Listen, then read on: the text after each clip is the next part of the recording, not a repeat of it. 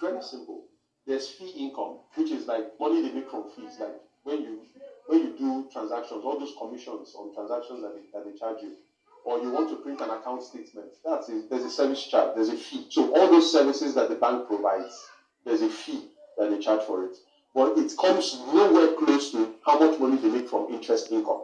If you look at Collier, share your music, share your love.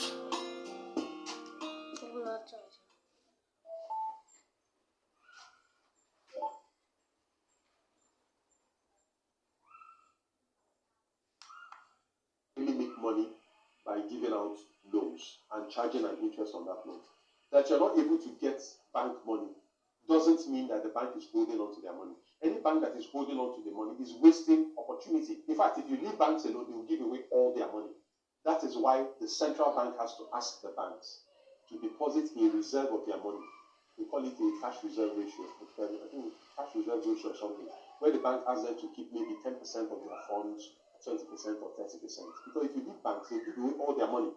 Because the more money they give away, the more money they make. So to make sure that they are not in a terrible position, they now have to domicile some of their funds with the central bank for safety reasons, in case they give away all their money and you don't have funds again. In fact, some banks give away all their money and they start borrowing money from other banks. And of course, at some point, they can borrow from the CBN, even though the CBN is the lender of last resort. But primarily, that's how it works. I just want you to understand that banks are desperate to give loans.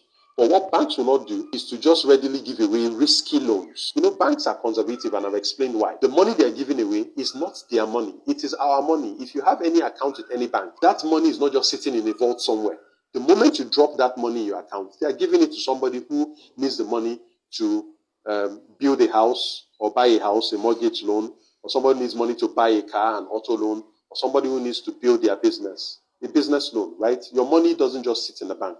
They just keep a sizable reserve such that when you come to withdraw money, and the bank works on certain assumptions, that you will not come at once to withdraw all your money. Or even if you're going to come and withdraw all your money, a very tiny proportion of customers will come at once and withdraw all their money. But most customers will just come and take a small slice of the money that they have. That is why Mike is good. So that is why there's a concept known as a run on the banks. A run on the banks means that maybe there's a rumor flying around, or there is low public confidence in the banks, and everybody is going to the bank at the same time to withdraw all their money.